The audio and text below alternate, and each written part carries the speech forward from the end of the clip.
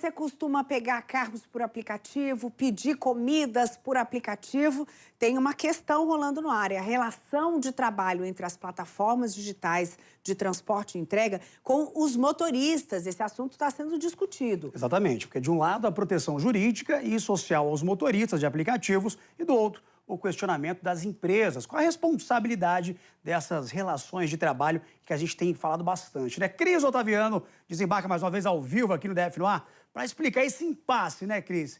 Que está aí pendendo de um lado da balança. Como é que fica, então? O serviço que começou com uma proposta colaborativa mostrou a necessidade de garantias aos que prestam o serviço, é isso? Explica pra gente.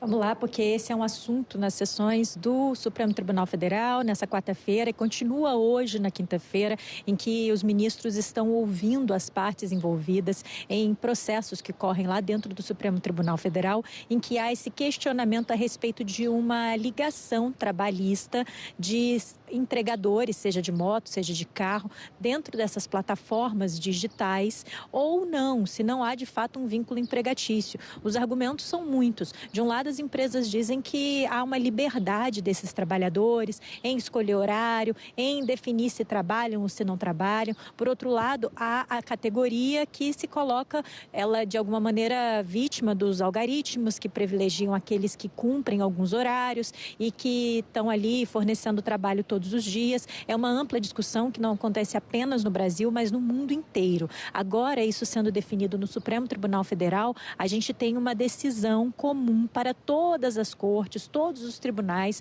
no país poderem se alinhar em relação às decisões que são tomadas, muitas delas pendendo para um lado, às vezes, da empresa, outras pendendo para o lado dos trabalhadores. O que se percebe que acontece no resto do mundo? E aí eu vou citar países como Austrália, Índia, Estados Unidos, a França.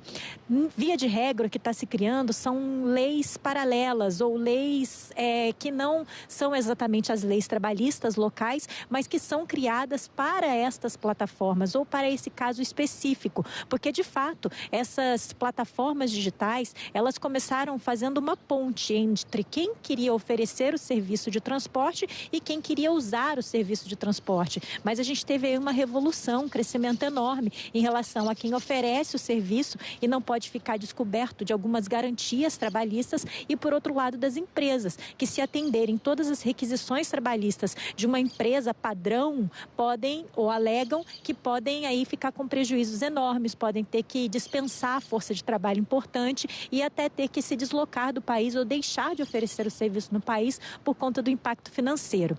Tudo indica que a Corte, o Supremo Tribunal Federal, vai se alinhar a criar leis específicas, tal qual acontece, por exemplo, com os cabeleireiros. E eles têm ali regras fora da CLT, fora da carteira normal de trabalho de todo mundo, mas garantindo, por exemplo, um ganho mínimo para esses trabalhadores. Isso é uma questão. E a previdência desses trabalhadores que vão trabalhar por tanto tempo e depois não tendo contribuindo para essa previdência, mas entrando aí dentro de um sistema previdenciário, sobrecarregando o sistema previdenciário. Então é possível que exista aí algum tipo de colocação de contrapartida da empresa e algum tipo de depósito também por parte desses trabalhadores para que eles venham a ter uma aposentadoria no futuro, não onerando o fundo de previdência social, em que todo mundo pagaria a conta por conta desses trabalhadores que não contribuíram ao longo de um tempo. Vê que são muitas nuances que estão sendo colocadas aí nesse trabalho, primeiro de ouvir as partes por parte do Supremo Tribunal Federal